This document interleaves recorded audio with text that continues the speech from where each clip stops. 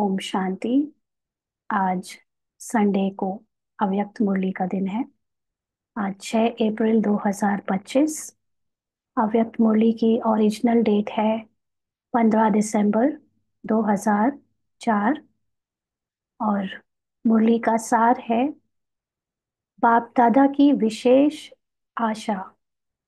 हर एक बच्चा दुआएं दे और दुआएं ले। तो बाबा की हम बच्चों के साथ विशेष आशा क्या है? दुआएं क्या होता है? वैसे तो दुआओं का मतलब हम लोग भक्ति मार्ग से सुनते ही आ रहे हैं कि सबके बारे में अच्छा सोचना, कल्याण का सोचना, ऊंचा सोचना, ये होता है दुआएं देना। और दूसरों की सेवा करके उनके मन को खुश करना, ये होता है दुआएं लेना। लेकिन बाबा ने जब हमको भक्ति से अलग आगे बढ़ाया है और ज्ञान दिया है, तो दुआएं देना और दुआएं लेने का मतलब और भी सूक्ष्म और गहरा होता गया।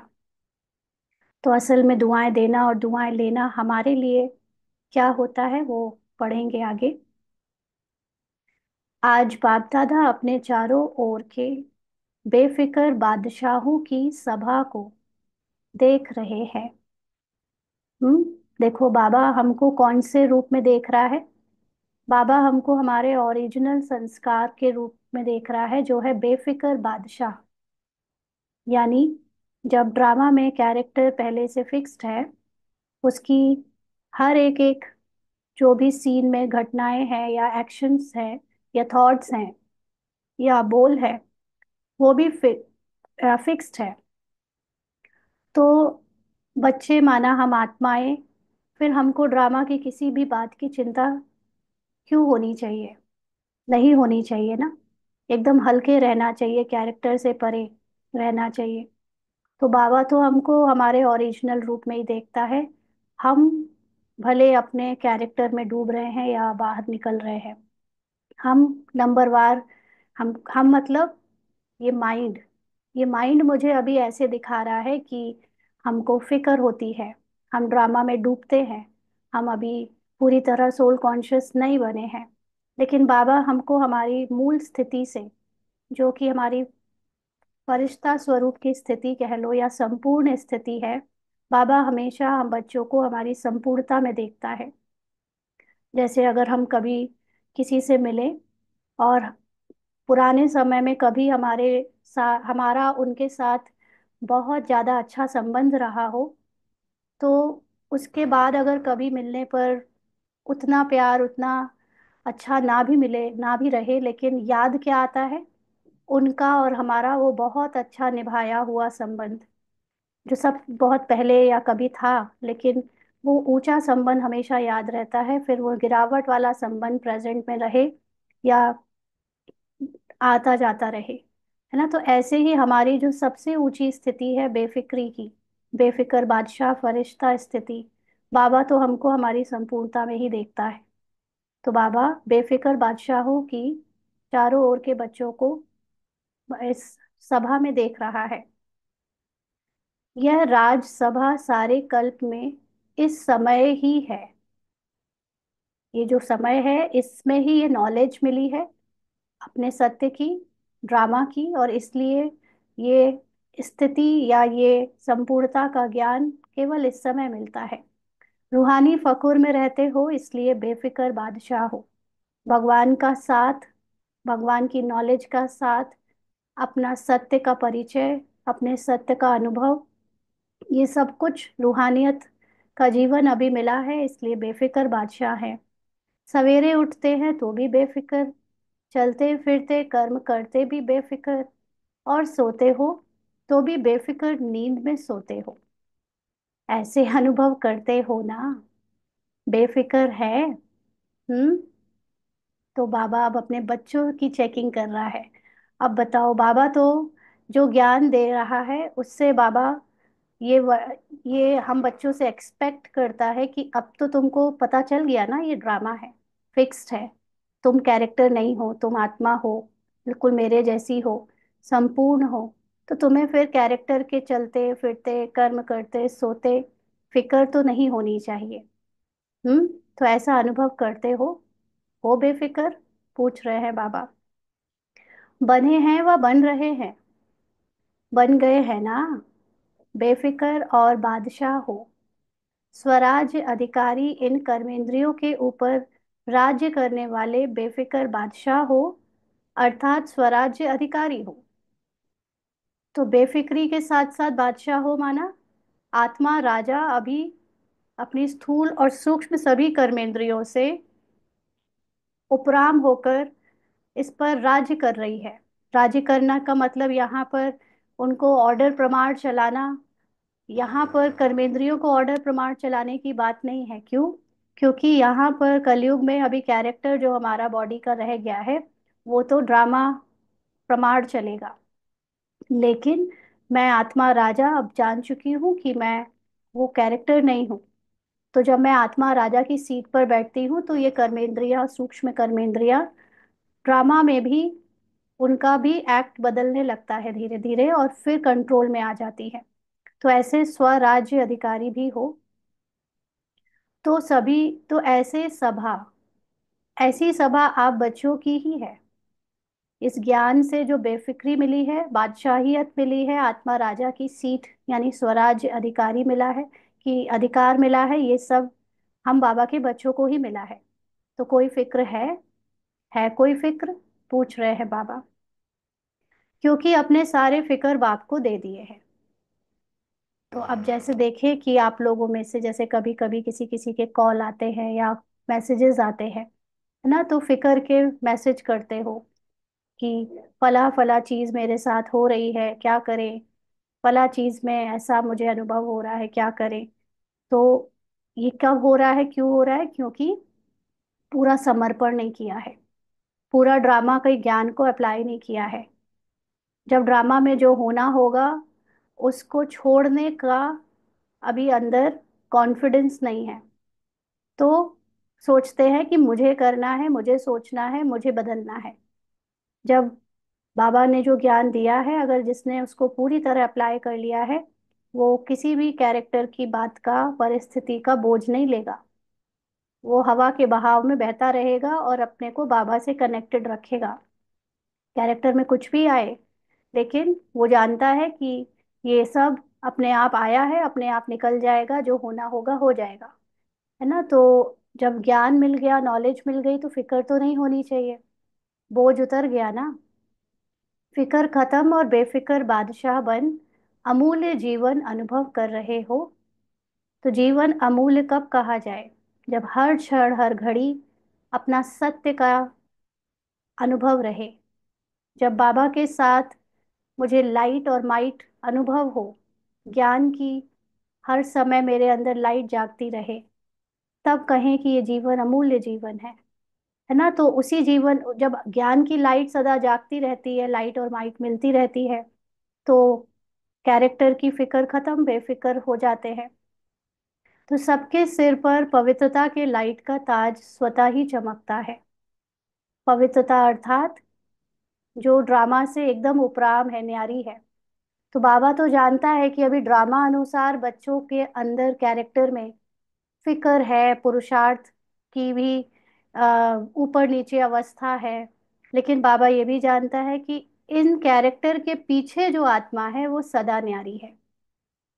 अभी हमारे तो माइंड कैरेक्टर के अनुसार फिक्र में भी आ रहा है, पुरुषार्थ में भी ऊपर नीचे हो रहा है, और ज्ञान में भी ऊपर नीचे हो रहा है, वो कैरेक्टर है।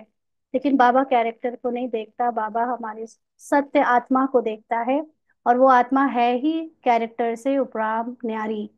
तो इसीलिए बाबा हम सबकी उस लाइट को देखता है जो उपराम है, जो फ्लॉलेस है, जो एकदम डिटैच्ड है।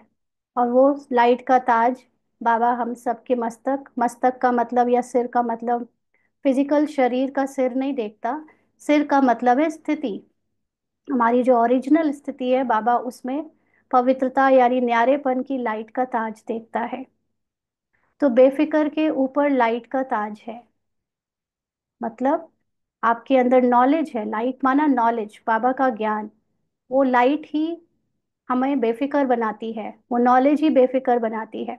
अगर कोई फिक्र करते हो, कोई बोझ अपने ऊपर उठा लेते हो, तो मालूम है सिर पर क्या आ जाता है? बोझ के टोकरे आ जाते हैं। सोचते हो क्या होगा, कैसे होगा, ये करे कि ये नहीं करे। या ड्रामा में कुछ चल रहा है तो उसके पीछे रेजिस्टेंस दिखा रहे हो कि मुझे नहीं करना है, या मुझे अब ऐसे नहीं बदलना है, वॉट एवर। सबके कैरेक्टर में कुछ ना कुछ होता रहता है ना? तो कुछ भी हो रहा है, अपने को बहाते रहो बहाव में। कुछ भी कैरेक्टर कहाँ भी जा रहा है, किसी के भी अनुसार चलना पड़ रहा है, कुछ भी हो रहा है, करते जाओ। मतलब कर, आप करतेपन की भाव में मत आओ, आप तो बस उसको बहता हुआ देखो। रेजिस्टेंस दिखाओगे तो बाबा से दूर हो जाओगे। जब भी कोई चीज, घटनाएं घट रही हैं, कोई करवा रहा है, कोई कैरेक्टर निमित्त बनकर, परिस्थितियां आपसे कुछ भी करवा रही है कैरेक्टर से, तो उसको होने दो। आपको तो याद रखना है कि आपको बाबा से दूर नहीं होना, आपको बाबा की नॉलेज से दूर नहीं होना। और बाकी तो कैरेक्टर ड्रामा अनुसार जो होना है वो होगा। आप चाहो तो भी होगा, आप नहीं चाहो तो भी होगा। तो उस पर अपना बोझ लेकर, उस बात के पीछे इतना चिंतन करके बाबा से अपने को दूर क्यों करना? बोझ क्यों लेना? ना, तो बाबा कहते बोझ के टोकरे आ जाते हैं। तो सोचो, ताज और टोकरे दोनों सामने लाओ। एक तरफ है हमारे अंदर पवित्रता का ताज, यानी जो आत्मा का सत्य स्वरूप है, न्यारापन। और दूसरी तरफ है कैरेक्टर का टोकरा, बोझ का टोकरा, चिंताओं का टोकरा। दोनों सामने लाओ। क्या अच्छा लगता है? फिजिकल रूप में ही ले आओ, चलो। फिजिकल रूप में एक ताज और एक टोकरा ले आओ, तो क्या अच्छा लगेगा? टोकरे अच्छे लगते हैं या लाइट का ताज अच्छा लगता है? बोलो, टीचर्स, क्या अच्छा लगता है? ताज अच्छा लगता है ना? तो सभी कर्मेंद्रियों के ऊपर राज्य करने वाले बादशाह हो। कौन? अगर सोचे कि मैं तो नहीं कर पाती हूँ कैरेक्टर की कर्मेंद्रियों पर राज्य, मैं चाहती हूँ कि मैं ऐसा ना बोलूं, लेकिन बोल जाता है। मैं चाहती हूँ कि मैं ऐसा ना देखूं, बट देख लेती हूँ। मैं चाहती हूँ कि मैं ऐसा ना सोचूं, बट संकल्प आए जा रहे हैं। तो मैं कहाँ राज्य कर पा रही हूँ? ऐसा सोचते हैं। तो बाबा ने जब ये पूछा कि सभी कर्मेंद्रियों के ऊपर राज्य करने वाले बादशाह हो, तो ये कैरेक्टर के माइंड को नहीं कहा। कैरेक्टर का माइंड है जो ऐसा सोचता है कि मैं जो चाह रहा हूं वो नहीं हो रहा है, कुछ और हो रहा है। लेकिन जो आत्मा का सत्य स्वरूप है, बाबा तो उससे बात कर रहा है और उसको कह रहा है कि वो कर्मेंद्रियों के ऊपर राज्य करने वाली बादशाह है। तो राज्य करने का मतलब उससे प्रभावित ना होने वाली, कर्मेंद्रियों से प्रभावित, क्योंकि ड्रामा अनुसार कर्मेंद्रियों में जो है वो बजेगा, लेकिन मैं कर्मेंद्रियों से प्रभावित नहीं होती। तो ऐसे राज्य करने वाले बादशाह हो। जो आत्मा में स्थित है वो समझेगा कि हाँ मैं हूँ। जो आत्मा में नहीं, कैरेक्टर में स्थित है, कैरेक्टर को देख रहा है, वो सोचेगा अभी कहाँ, अभी तो मैं ऐसे कुछ भी हो जाता है, जो चाहती हो वो होता नहीं, जो नहीं चाहती वो हो जाता है ना। तो उनको, कर्मेंद्रियों को चेक करने वाले कैरेक्टर हो या कर्मेंद्रियों के ऊपर राज्य करने वाले आत्मा हो, तो पवित्रता लाइट का ताजधारी बनाती है। जितना ज्यादा पवित्रता, मतलब जितना ज्यादा रोल, कैरेक्टर और ड्रामा से आपका न्यारापन, उतना ज्यादा आपकी सोल कॉन्शियसनेस, ताजधारी मतलब सोल कॉन्शियसनेस, तो उतना ऊंचा ताजधारी बनाती है। इसलिए आपके यादगार जड़ चित्रों में डबल ताज दिखाया है ना? जो मंदिरों में देवताओं को दिखाते हैं, एक सर के ऊपर रखा हुआ सोने का ताज, दूसरा उनके पीछे लाइट का हेलो। तो वो दोनों ताज हमारे ड्रामा से न्यारेपन के, यानी हल्केपन के, बेफिक्री बादशाह के ताज है वो हेलो। और ये ऊपर वाला ताज हमारे ऊपर किसका है? आत्मा की स्मृति या संपन्नता का। तो द्वापर से लेकर बादशाह तो बहुत बने हैं, राजे तो बहुत बने हैं, लेकिन डबल ताजधारी कोई नहीं बना जिसके पीछे ये ऑरा चमके और साथ साथ मुकुट भी हो। ऐसा कोई नहीं बना, ऐसा राजा बादशाह कोई नहीं बना। बेफिक्र बादशाह, स्वराज्य अधिकारी भी कोई नहीं बना। इतने बादशाह होकर गए, लेकिन कोई से पूछो कि क्या आपको कोई फिक्र नहीं है, तो कोई नहीं कहेगा कि नहीं। सबको फिक्र रही कि उनका राज्य कोई हड़प ना ले, उनके राज्य में कुछ हो ना जाए। तो कोई भी बेफिक्र बादशाह नहीं बना, क्योंकि पवित्रता की शक्ति माया जीत कर्मेंद्रियां जीत विजयी बना देती है। पवित्रता की शक्ति माना न्यारेपन की शक्ति। आप कैरेक्टर और रोल से जितना न्यारे रहोगे, डिटैच रहोगे, उतना माया जीत बनोगे। माया का मतलब ही होता है जो चीज एग्जिस्ट नहीं करती लेकिन उसको ऐसे दिखाया जाता है कि वो है ना। दो लोग आपस में बुराई कर रहे हैं, मैं वहां से निकली तो वो बुराई करने का एक सीन बज रहा है बस, लेकिन मेरे माइंड ने ऐसे दिखाया कि ये दोनों मेरी बुराई कर रहे होंगे। तो उसके बाद संकल्पों की लाइन लग गई, मेरी बुराई कर रहे होंगे और कोई काम नहीं है, ये लोग ऐसा वैसा फलाना ढिमका और दुनिया भर की। तो माया कहाँ थी? माया थी मेरे अंदर, माइंड को जो आदत पड़ी हुई है परसीव करने की कि सामने वाला या सामने जो परिस्थिति है उसमें कोई प्रॉब्लम है, जबकि जो है वो तो सीन है। लेकिन उसको अच्छा बुरा कहना, जो चीज जैसे है वैसी नहीं, लेकिन अपने मन से मनगढ़ंत कहानी बनाकर उसको ऐसे ले लेना, ये है माया। तो जिसके अंदर कैरेक्टर से न्यारेपन की शक्ति है, माना अगर दो लोग बातें कर रहे हैं, अब मैं वहां से जा रही हूँ और मान लो मुझे मेरा नाम का शब्द भी उनके मुख से सुनाई दे गया और उस पर वो हंस रहे हैं, तो भी मेरा माइंड ये कहे अगर कि देखा मेरी बुराई कर रहे हैं ये लोग, कैसे है, तो भी मैं ये जानती हूँ कि अरे मेरी कहाँ, कैरेक्टर की कर रहे हैं, मैं तो कैरेक्टर ही नहीं हूँ। तो जब मैं कैरेक्टर ही नहीं हूं तो मुझे उन दोनों की बातों का, जो रियल में भी अगर कर रहे हो तो भी मुझे फर्क नहीं पड़ेगा। इसको कहते हैं न्यारापन, पवित्रता की शक्ति। तो जितनी आप में पवित्रता की शक्ति होगी, आपको किसी के कुछ बोलने का, किसी के कुछ कहने का, किसी के विरोध का, किसी की अच्छाई बुराई से कोई फर्क नहीं पड़ेगा। तो माया जीत हो गई। कर्मेंद्रियों जीत विजयी बना देती है। कर्मेंद्रियों जीत माना, अब आपके अंदर अगर न्यारापन है कैरेक्टर से, तो आप कान नहीं लगाओगे दूसरों की बातें सुनने में। अरे वो कैरेक्टर की बात कर रहे होंगे, कहानी की बात कर रहे होंगे, मुझे क्या लेना देना, मैं तो ना कैरेक्टर हूं ना ये मेरी कहानी मैं हूँ, है ना। और मैं आंखें भी नहीं लगाऊंगी किसी को देखने में कि क्या पहने हैं, क्या कर रहा है। अरे कैरेक्टर में जो करना होगा वो कर रहा है ड्रामा अनुसार, मैं क्यों उसमें ध्यान दूं।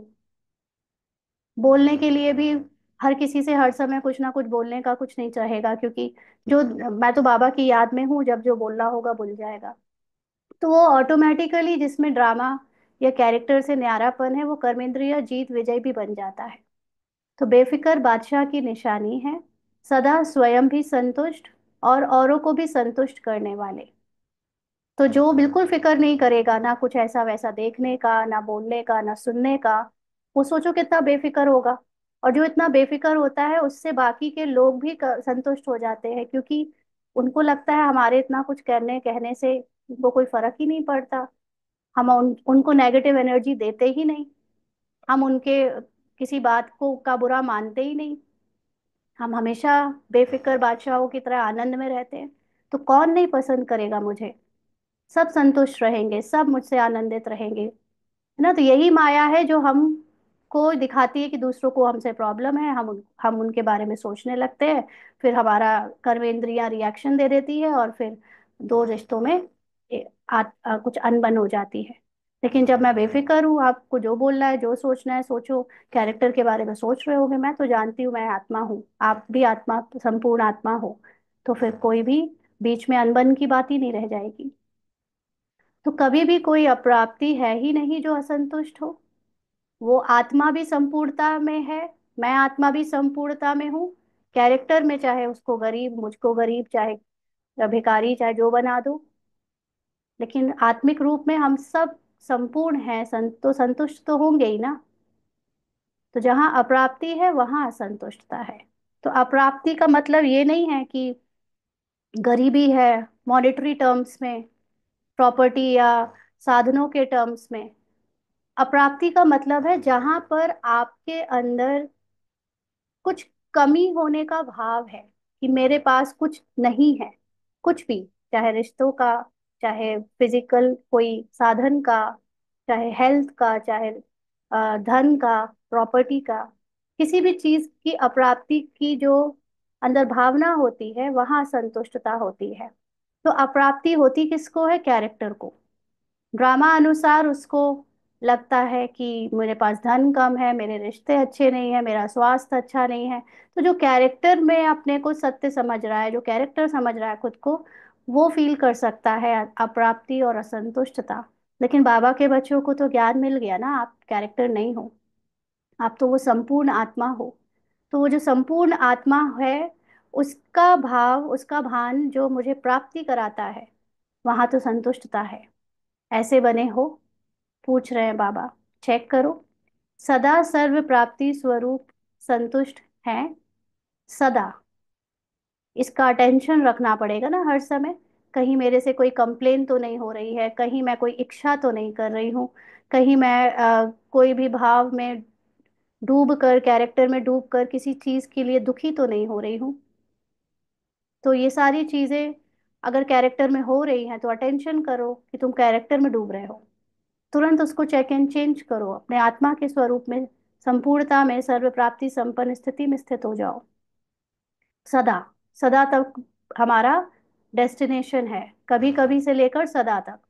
तो गायन भी है, अप्राप्त नहीं कोई वस्तु देवताओं के नहीं, लेकिन ब्राह्मणों के खजाने में।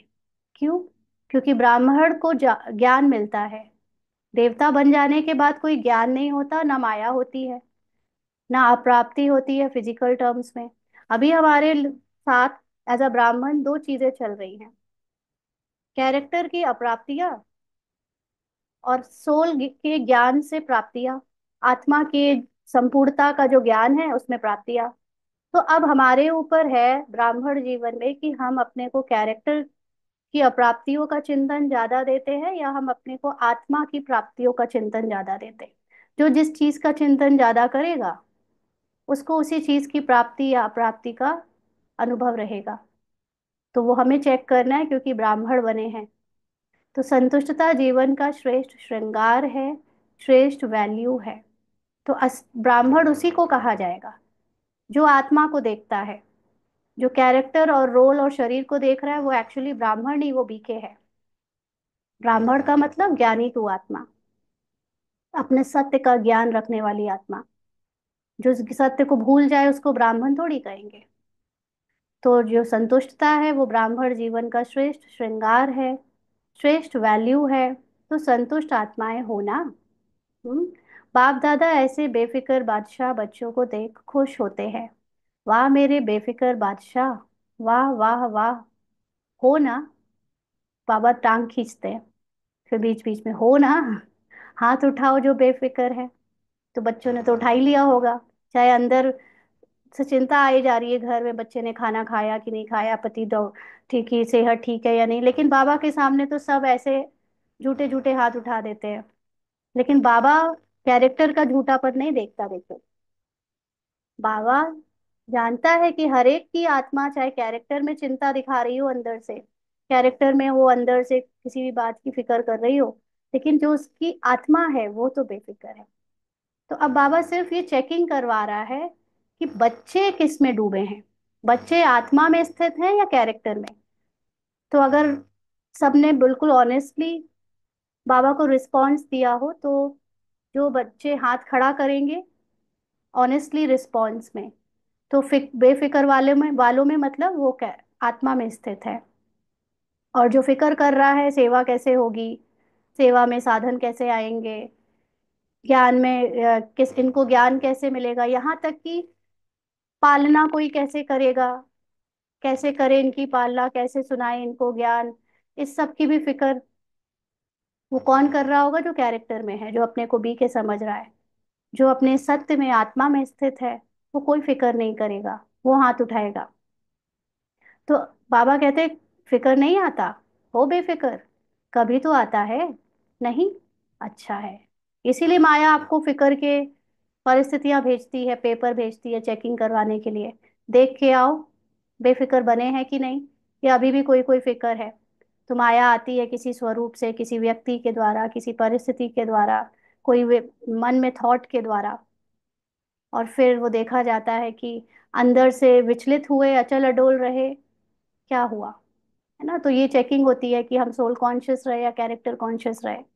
तो बेफिक्र बनने की विधि बहुत सहज है, मुश्किल नहीं है। सिर्फ एक शब्द की मात्रा का थोड़ा सा अंतर है। वह शब्द है, मेरे को तेरे में परिवर्तन करो। मेरे को तेरे में परिवर्तन करो। मेरा नहीं, तेरा। तो हिंदी भाषा में मेरा भी लिखो और तेरा भी लिखो, तो क्या फर्क होता है? मैं और ते का। लेकिन फर्क इतना हो जाता है, कितना मतलब, उसके भाव में फर्क कितना हो जाता है। जब मेरा है तो कितना बोझ, और जब तेरा है तो कोई बोझ नहीं। कितना फर्क हो गया। तो आप सब मेरे मेरे वाले हो या तेरे तेरे वाले हो? मेरे को तेरे में परिवर्तन कर लिया? नहीं किया हो तो कर लो। मेरा मेरा अर्थात दास बनने वाला, उदास बनने वाला। हम्म जैसे कल एक एक्सपीरियंस था, शेयर कर देते हैं ना। जैसे अभी बाबा ने थोड़ा सा रिलोकेट किया है, तो उसमें हम जिस सोसाइटी में पहले रहते थे उसी में वापस आए हैं। तो पहले उस सोसाइटी में हम लोगों का एक ग्रुप था ओम शांति का, उसमें मुरली प्रॉपरली एक घर में चलती थी। फिर अभी वो हम जब यहाँ से हटे तो फिर धीरे धीरे या कुछ दिनों के बाद यहाँ पर भी जो लोग थे वो भी अलग अलग हो गए। तो थोड़ा मुरली की क्लास और वो ग्रुप थोड़ा टूट गया, उतने अच्छे से नहीं हो रहा होगा एक एक साथ। तो जो पहले हमारे साथ क्लासेस में आते थे उनका कॉल आया कि अब आप वहाँ वापस पहुँच गए हो, तो अब आप वहाँ की सेवा संभाल लो, उनको पालना करो, जो लोग नए आ रहे हैं या नए लोगों को जोड़ो। तो इसने कहा मुझे किसी को नहीं जोड़ना, और ना किसी की पालना करनी, मेरा थोड़ी है, मेरी सेवा थोड़ी है, बाबा की है। बाबा को जिससे कराना होगा कराएगा। जबकि पहले सोचते थे मुझे करना है, मुझे लोगों को ज्ञान देना है, मुझे सेवा करनी है। करके सब देखा, बाबा ने इतने सालों में सब दिखाया कि चलो करा, और ये भाव भी आया कि हाँ मुझे करना है, मुझे पालना देनी है, या मुझे ज्ञान सुनाना है या दूसरों को। तो इन सब में कितना बोझ, कितना भारीपन था। और साथ साथ आप समझ सकते हो कि जो लोग समर्पित है उनके साथ का एक स्ट्रगल भी होता है कि आपने कैसे किया, ये तो समर्पित भाई बहनों का काम है, आप क्यों कर रहे हो। बहुत सारा उसमें प्लस माइनस होता है। जब से आत्मा का अनुभव हो गया, तब से कोई सेवा इस तरह से करने का कोई मतलब ही नहीं रह गया, क्योंकि सारा परिवर्तन जब मेरे अंदर से होना है, तो ज्ञान सुनाकर परिवर्तन क्या करना है। वो पार्ट जिनका है वो बजा रहे हैं वही बजाएंगे, है ना। वो अलग बात है कि ड्रामा में अगर पार्ट होगा तो ड्रामा ले जाएगा तो ले जाएगा, करवाएगा तो करवाएगा, लेकिन क्यों करना है मेरा समझ कर, कि मैं ही निमित्त बनूं, मैं ही कराऊं, मेरे को ही कराना है। नो, बाबा की सेवा बाबा जाने। इतना समर्पण कर दो, अगर बाबा को इससे भी कराना होगा तो कराएगा। लेकिन मैं क्यों सोचूं कि मुझे करनी है ना। तो मेरे को बिल्कुल तेरे में बदल कर एकदम बेफिक्र हो जाओ। अपने आप को बदलो, अपने आप को चेंज करो, अपने अंदर ज्ञान की संपूर्णता को रखो। तो बाबा कहते मेरे को तेरे में परिवर्तन कर लिया, नहीं किया हो तो कर लो। मेरा मेरा अर्थात दास बनने वाला, उदास बनने वाला। जब आप किसी चीज का भारीपन लोगे, चाहे गृहस्थी की जिम्मेदारियां हो, चाहे सेवाओं की जिम्मेदारियां हो, तो आप दास बने रहोगे, मुंह लटका रहेगा, परेशानी चिंता और एक दूसरे से ईर्ष्या द्वेष बनी रहेगी। लेकिन जब मेरा है ही नहीं, जिसको करना है करे, तो उदास रह पाओगे नहीं। आपको तो अपने माँ बाबा के साथ कंबाइंड स्वरूप की और ज्ञान की इतनी आनंदित स्थिति है, उसमें रहेंगे। जब तक आपको कैरेक्टर में कुछ नाम मान शान चाहिए, कैरेक्टर में आपको कुछ प्राप्ति है या स्वार्थ है ना, तो आपको लगता है कि मैं कर लूं, मैं कर लूं, मेरा नाम हो जाए। जब आपको पता चल गया कि आत्मा है ही इन सब चीजों से परे, कैरेक्टर की कोई चीज उसको कोई फर्क नहीं पड़ता, तो फिर वो क्यों उन चीजों के पीछे भी भागेगी। ये तो जब तक कैरेक्टर में बहुत सारे लोगों को ये चाहिए, तो वो लोग उस चीज के पीछे भाग रहे हैं। निस्वार्थ कौन ही सेवा कर रहा है। कहने को सब कहते हैं कि हम निस्वार्थ कर रहे हैं, निस्वार्थ कर रहे हैं, लेकिन सच में अगर निस्वार्थ कर रहे होते तो आपके हाथों से सेवा छिनने पर आपको दर्द नहीं होता। आपका आपका नाम कोई और ले जाए, या सेवा का नाम या सेवा में कोई और आगे बढ़ जाए, तो आपको दर्द नहीं होता। सेवा किसी और के द्वारा बाबा ड्रामा करा रहा है तो आपको ईर्ष्या नहीं होती। कोई नहीं निस्वार्थ कर रहा है। निस्वार्थ सेवा का मतलब कि आपको सेवा करने का भान ही ना आए। कहते हैं कि हम निमित्त बने, हम निमित्त बने, लेकिन एक्चुअली निमित्त बनने का भी बहुत अभिमान है ना। तो निमित्त बनने का भी भान ना आए, तब आपकी उदासी, तब आपके अंदर ईर्ष्या द्वेष या अंदर से जो बार बार गिर जाने वाली स्थिति है वो खत्म होगी। तो बाबा कहते माया के दास बन जाते हैं ना, तो उदास तो होंगे ना। अब माया के दास का मतलब है ही ये कि जब हम मेरा मेरा मेरा करते हैं तो माया आ जाती है। जैसे मेरी सेवा है, मुझे करनी है, मुझे राजधानी बनानी है। अरे मेरी राजधानी संकल्पों की बनी बनाई है अंदर, मेरे अंदर। केवल मुझे उसे तमो से सतो में चेंज करना है। कोई बाहर राजधानी नहीं है। ये ह्यूमन कॉन्शियसनेस की ईगो है कि मुझे बाहर मनुष्यों को ज्ञान देकर उन्हें अपने अपनी प्रजा में ऐड करना है, उन्हें अपना दास दासी बनाना है। ये बहुत बड़ा ईगो है ब्राह्मण जीवन का। अगर आपको प्रजा और मनुष्यों को दास दासी और प्रजा बनाने का शौक है, मतलब आप में अभी भी बहुत ज्यादा अभिमान और अहंकार है, क्योंकि आपको ये दास दासी फिजिकल फॉर्म में रखने की इच्छा है। जबकि सतयुग में देवी देवता सब होते हैं और वहां पर कोई किसी को दास दासी समझता नहीं है। भले वहां पर काम करने वाले हर तरह के हैं, चाहे वो फल तोड़ने वाले, चाहे खाना बनाने वाले, चाहे पंखा करने वाले, लेकिन पंखा की जरूरत ही नहीं पड़ती वहां, इतना अच्छा मौसम होता है। लेकिन वहां किसी को ये भान नहीं है कि ये दास दासी है और मैं राजा हूँ। किसी को अपने ऊपर और अपने नीचे होने का भान नहीं होता। लेकिन यहाँ पे ब्राह्मण्स को ये इस चीज का बहुत, एक ऊपर और नीचे होने का, कि वो मुझसे ऊंचे हैं, मैं उनसे नीचे हूँ, या मैं उनसे ऊपर हूँ, वो मुझसे नीचे है। इस तरह का भान बहुत रहता है ना। तो ये सारी चीजें माया है। आत्मा तो इन सब से परे है। आत्मा को ये रोल में क्या बन रहे हो क्या नहीं बन रहे हो उससे कोई फर्क नहीं पड़ता, और उसी में स्थित होने तक की हमारी जर्नी है ये। तो बाबा कहते हैं उदासी अर्थात माया के दासी बनने वाले। तो आप माया जीत हो, माया के दास नहीं। तो उदासी आती है, पूछ रहे हैं बाबा, कभी कभी टेस्ट कर लेते हो, क्योंकि 63 जन्म उदास रहने का अभ्यास है ना, तो कभी कभी वह इमर्ज हो जाती है। इसलिए बाप दादा ने कहा हर एक बच्चा बेफिक्र बादशाह है। बाबा ये सबकी सच्चाई बता रहा है। आत्मिक रूप में तुम्हारे पास कोई चिंता नहीं है, लेकिन तुम कैरेक्टर जब समझते हो, कैरेक्टर के माइंड से अपनी पहचान बनाते हो, तुमको लगता है ऐसा कहाँ, मेरे अंदर तो बहुत चिंता है, बहुत फिक्र है। तो बाबा यही देख रहा है या कह रहा है कि तुम ओरिजिनल स्वरूप में एक एक बच्चा, एक एक आत्मा बेफिक्र बादशाह है। उस बेफिक्र बादशाह का टाइटल या बेफिक्र बादशाह का स्वमान याद रखो। अगर अभी भी कहाँ कोने में कोई फिक्र रख दिया हो तो दे दो, क्योंकि बाबा ने तो, बाबा डायरेक्टर कैरेक्टर का हर चीज उसी ने असाइन किया है, उसी ने दिया है सब कुछ। तो तुम्हें उसकी चिंता करने की क्या जरूरत है। बाबा को जो कोई चीज टूट रही है, कोई चीज खराब हो रही है, कोई चीज बर्बाद हो रही है, कोई चीज अच्छी है या बुरी है, ड्रामा के डायरेक्टर की है, वो देख लेगा उसको जो करना है। तुम तो ये काम करो बस, उस बाबा को याद करो जिसने दिया है, जिसका है ये सब ना। तुम क्यों उसके पीछे पड़े हो कि कैसे चलेगा, कैसे ठीक होगा, कैसे मेंटेन होगा। अरे बाबा की फिक्र है, बाबा को करने दो। ड्रामा में होना होगा जो होगा। तो बाबा कहते हैं अपने पास बोझ क्यों रखते हो। बोझ रखने की आदत पड़ गई है। जब बाप कहते हैं बोझ मेरे को दे दो, आप लाइट हो जाओ। लाइट का मतलब अपनी नॉलेज से, अपने सत्य को याद करके छोड़ दो कैरेक्टर को, डबल लाइट हो जाओ। डबल लाइट अच्छा या बोझ अच्छा, तो अच्छी तरह से चेक करना।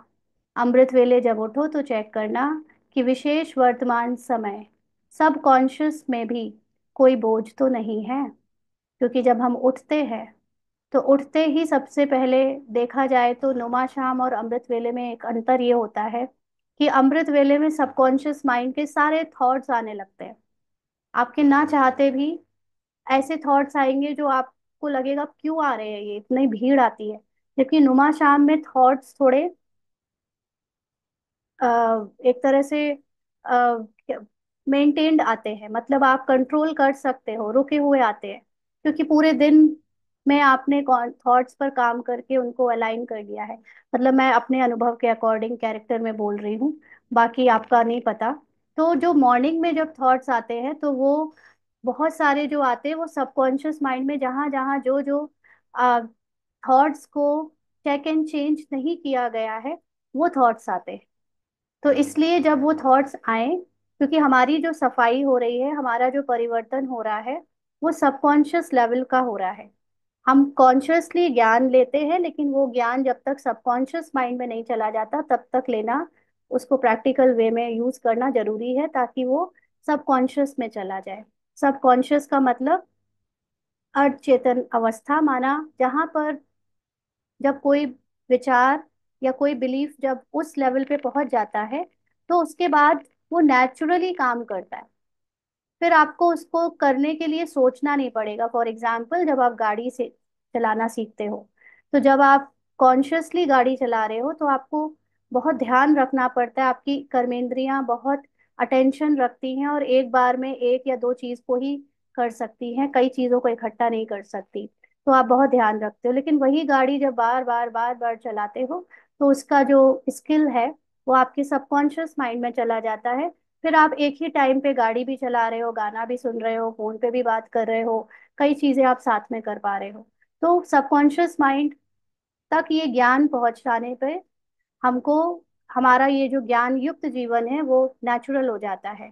तो अभी जब अमृत वेले उठते हैं तो जितने थॉट्स आते हैं, ये उनको देखो कि आपने अभी तक उन थॉट्स को चेक एंड चेंज नहीं किया है। तो आपके पास एक काम मिल गया। अब अमृत वेले क्या करना है, जितने भी थॉट्स आए एक एक थॉट्स को check and change, check and change, check and change. क्या चेक एंड चेंज? ये थॉट कैरेक्टर का है कि आत्मा का है? कैरेक्टर का है कि आत्मा का है? और अगर कैरेक्टर का है, डर का, चिंता का, भय का, क्या करना है क्या नहीं करना है, ये सारे अगर कैरेक्टर के थॉट्स आ रहे, माना आप अभी कैरेक्टर में हो, उसको तुरंत अपने सत्य से चेंज करो। मैं तो बेफिक्र बादशाह हूँ, मैं तो निश्चिंत हूँ, मैं तो इच्छा मात्रम अविद्या हूँ। तो उसको उस हर एक एक थॉट्स को कंपेयर करके चेंज करते जाओ। ये हमको अमृत वेला रोज सफाई करके उठना है। अमृत वेले या जब भी उठते हो तब, है ना, तो अपने ड्रामा को याद करना है। उसी समय ड्रामा को याद करके कि ड्रामा में एक मेरा कैरेक्टर प्ले हो रहा है, होएगा। अब मुझे आत्मा को अपने सत्य में टिके रहना है और माइंड को चेक करते रहना है कि माइंड कहीं कैरेक्टर कॉन्शियस ना हो जाए ना। तो ये अमृत वेले में चेक करो कि सब कॉन्शियस माइंड में भी कोई बोझ तो नहीं। ये कैसे होगा, कब होगा? बोझ होना मतलब आप अपने संपूर्णता को नहीं जानते हो, आप आत्मा की समर्थी को नहीं जानते हो। सबसे बड़ी बात, आत्मा की समर्थी, सोल कॉन्शियस स्थिति में वो समर्थी है जो बड़े से बड़े काम को भी करवा देती है। सोल कॉन्शियस में वो समर्थी है जो असंभव को संभव करा देती है। मिरेकल्स होते हैं सोल कॉन्शियस स्थिति में। जबकि कैरेक्टर कॉन्शियसनेस में आपको लॉजिक चाहिए, आपके माइंड को अ, एक मतलब आपको, आपके पास लिमिटेड अपॉर्चुनिटीज हैं। और सोल फिजिक कैरेक्टर कॉन्शियसनेस में लिमिटेड अपॉर्चुनिटी है, और सोल कॉन्शियस आत्माभिमानी स्थिति में अनलिमिटेड अपॉर्चुनिटीज है। कोई काम करने का अनलिमिटेड तरीके हैं, कोई समस्या के समाधान करने के अनलिमिटेड तरीके होते हैं। और फिर वो जब आप आत्माभिमानी स्थिति में स्थित होते हो, तो जो काम आपको लगा था कि कभी नहीं होगा, कुछ चीज कभी नहीं होगी, कोई कभी नहीं बदलेगा, आपकी आत्माभिमानी स्थिति में वो, उसका सॉल्यूशन, उसका समाधान, उसका परिवर्तन हो जाता है। तो इसलिए चेक, अगर ये तुरंत चेक करते रहो, हर समय चेक करो, और खास तौर से अमृत वेले, क्योंकि सारा वेस्ट और कचरा अमृत वेले आता है ज्यादातर। जितना सोने पर आपके अंदर, क्योंकि सपने भी ना सबकॉन्शियस माइंड के अकॉर्डिंग आते हैं। आपके सपनों में जो जो कचरा भरा है, वो सारी चीजें सपनों में दिखती हैं पिक्चर के रूप में, है ना। तो वो जब आप उठ जाते हो तो वो थॉट्स के रूप में आने शुरू हो जाती है सामने। तो उस समय देखो कोई बोझ तो नहीं है। सबकॉन्शियस तो क्या, स्वप्न मात्र भी बोझ का अनुभव नहीं हो। यानी सपने में भी अगर कुछ आ रहा है, लड़ाई झगड़ा उल्टा सीधा, तो भी आत्मा जागृत होकर ये याद रखे कि सपना है, मैं नहीं हूँ। बोझ नहीं महसूस हो। सपने से जागने के बाद अगर भारीपन लग भी रहा है, तो तुरंत एक सेकंड में उसको ड्रॉप कर दो, छोड़ दो। ये सपना था, सपना फैक्ट नहीं होता, राइट नहीं होता ना, नाटक था। तो उसको तुरंत अपने सत्य में स्थित होकर फुल स्टॉप करके उसके बारे में सोचना बंद। तो बाबा कहते हैं पसंद तो डबल लाइट है ना। डबल लाइट मतलब हल्कापन, किसको नहीं पसंद हल्का जीवन, निश्चिंत जीवन, बेफिक्र जीवन। और एकदम अपनी आत्मा में स्थित रहो तो हर काम परफेक्शन से हो, असमर्थ भी समर्थ हो जाए। तो विशेष यह होमवर्क दे रहे हैं, अमृत वेले चेक करना चेक करना तो आता है ना, लेकिन चेक के साथ सिर्फ चेक नहीं करना, चेंज भी करना। मेरे को तेरे में चेंज कर देना। अगर सपने में या थॉट्स में गिरे हुए कैरेक्टर के, विकारों के, देहभान के भी आ रहे हैं, तो मेरे नहीं है ये। एक भी थॉट मेरा नहीं है। ये सारे थॉट बाबा तेरे हैं, क्योंकि तूने ही ड्रामा में दिए। कैरेक्टर की हर चीज जो है वो क्यों नहीं भूला जाता एकदम? क्योंकि आपको लगता है वो मेरे है, मैं, ये थॉट मेरे हैं, ये ड्रीम मेरा है। अरे बाप, कैरेक्टर आपने बनाए ही नहीं, तो कैरेक्टर में आने वाला सपना, कैरेक्टर में आने वाले थॉट्स, ये सब ड्रामा के हैं, बाबा के हैं। उसको तेरा कर दो। बाबा तेरा है, तू जान। मैं तो अपने होश में अपनी सत्य को जानती हूँ, और वही मेरा सत्य है, बस मुझे और कुछ नहीं देखना, चाहे जो आता रहे मेरे कैरेक्टर पे, माइंड में, इमोशंस में, फीलिंग्स में। तो बाबा कहते हैं मेरा तेरा। तो चेक करो और चेंज करो, क्योंकि बाप दादा बार बार सुना रहे हैं, समय और स्वयं दोनों को देखो। तो अब आप जब ये लिख रहे हो ना, एकदम से भूला नहीं जाता, ये भी कौन बोल रहा है? ये कैरेक्टर बोल रहा है। क्यों नहीं भूला जाता? क्योंकि अभी तक आपने आत्मा को अनुभव नहीं किया है, आपने आत्मा को जाना नहीं है अच्छे से। जब आप आत्मा को जान लो तो अगर नहीं भी भूला जाता है तो भी कौन नहीं भूल रहा? कैरेक्टर नहीं भूल रहा, इट्स ओके। मैं कैरेक्टर हुई नहीं। कैरेक्टर नहीं भूल रहा कि दूसरे कैरेक्टर ने उसको धोखा दिया। कैरेक्टर नहीं भूल रहा कि दूसरे कैरेक्टर ने इस कैरेक्टर के साथ गाली गलौज करी। तो ठीक है, कैरेक्टर नहीं भूले तो ना भूले, मैं तो कैरेक्टर हुई नहीं। मैं तो आत्मा हूँ। आत्मा साक्षी होकर देख रही है कैरेक्टर को कि वो भूल नहीं पा रहा। ना भूले। बाबा तेरा है ये कैरेक्टर, तू जान, वो तो नहीं भूल पा रहा। अच्छाई बुराई दोनों की, दोनों कैरेक्टर की बाबा तू जान, तेरी है, तू है, मैं नहीं हूं ये सब। ना, तो बाबा कहते समय की रफ्तार भी देखो और स्वयं की रफ्तार भी देखो। फिर ये नहीं कहना कि हमको तो पता ही नहीं था, समय इतना तेज चला गया। कई बच्चे समझते हैं कि अभी थोड़ा ढीला पुरुषार्थ अगर है भी तो अंत में तेज कर लेंगे। लेकिन क्योंकि कई लोग क्या समझते हैं पुरुषार्थ क्या होता है? कई लोग समझते हैं पुरुषार्थ का मतलब बस बैठकर योग लगाना। अगर अभी नहीं लगा रहे तो अंत में वैसे ही बाबा सबकी बिजली उड़ा देगा, भूकंप ले आएगा, तो मैं बैठ जाऊंगा, बैठा बैठा 4-6 घंटा योग करता रहूंगा। कई लोग ये समझते हैं पुरुषार्थ। ना, कल भी वो कोई हमको सजेस्ट कर रहा था कि आप ऐसे सेवाएं करोगे ना तो आपका पुरुषार्थ भी बढ़ेगा। तो पुरुषार्थ होता क्या है ये पता भी है?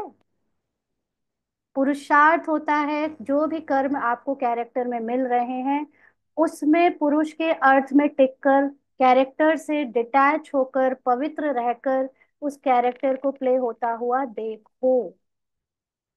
ये नहीं होता कि कुछ मैं आओ कर लूं, कुछ मैं वो कर लूं, बाबा के लिए सेवा कर लूं, कि बाबा के लिए मैं यहाँ चली जाऊं कि वहां चली जाऊं, ये पुरुषार्थ है। ये तो फिजिकल काम है, कैरेक्टर को जो काम या सेवा या जो भी मिला है वो आप कर रहे हो। इसमें आप आत्मा में स्थित हो या नहीं हो, इससे फर्क नहीं पड़ रहा, लेकिन हम उसको पुरुषार्थ कह रहे हैं। है ना? तो कई लोग ये समझते हैं कि अंत आएगा, वैसे भी कुछ रहेगा नहीं, बैठ जाएंगे 2-4 घंटे योग में करने।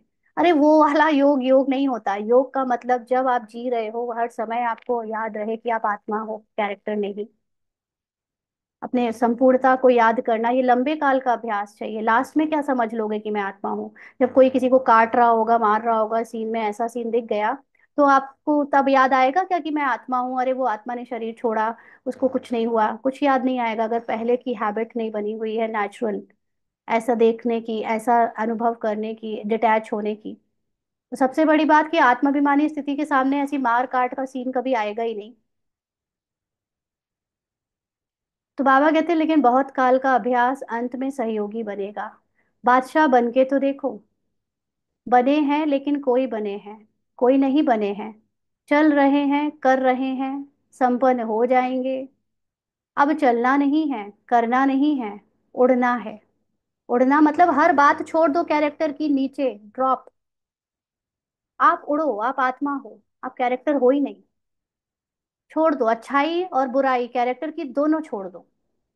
अभी तक हम सोचते थे कि सिर्फ बुराई छोड़नी है, अच्छाई पकड़े रहो, मेरे अंदर ये अच्छाई है, मैं ऐसा हूं, मैं वैसा हूं। अरे वो भी तुम नहीं हो, क्योंकि अगर अच्छाई पकड़ी तो बुराई भी तुमको लेनी पड़ेगी।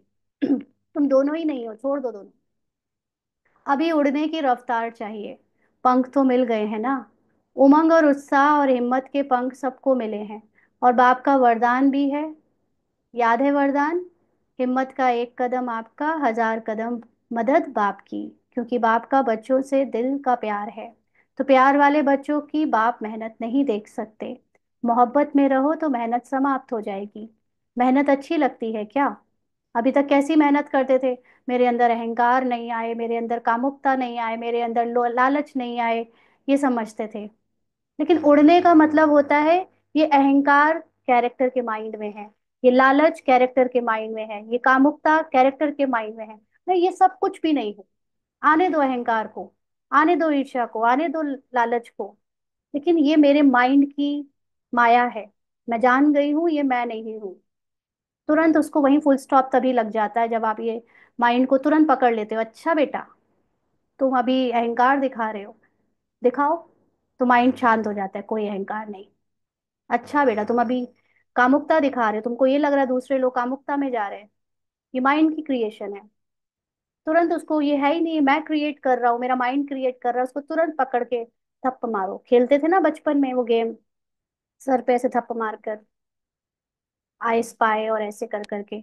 जितना आप इस माइंड को पकड़ना सीख जाओगे ना, उतना ही ये माइंड क्या होता जाएगा। उसमें क्या कहते हैं वो आई स्पाई गेम में, कि वो एक को पकड़ लिया तो वो मर मर जाता है। हम लोग हिंदी में तो ऐसे ही बोलते थे कि ये मर गया, ये मर गया, ये मर गया। ऐसे ही वो माइंड का थॉट मरता जाएगा जितना आप माइंड के माया को पकड़ते जाओगे। तो वो पहले मेहनत करते थे कि बदले आए ही ना, रोके रहें। लेकिन अभी रोकना नहीं है, बदलना नहीं है, सिर्फ उसको पकड़ते जाओ। अच्छा, आप लोग इंग्लिश वाला खेलते थे, कॉट धप्पा।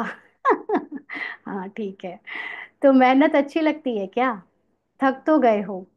63 जन्म भटकते भटकते मेहनत करते थक गए थे, और बाप ने अपनी मोहब्बत से भटकने के बजाय 3 तख्त के मालिक बना दिया।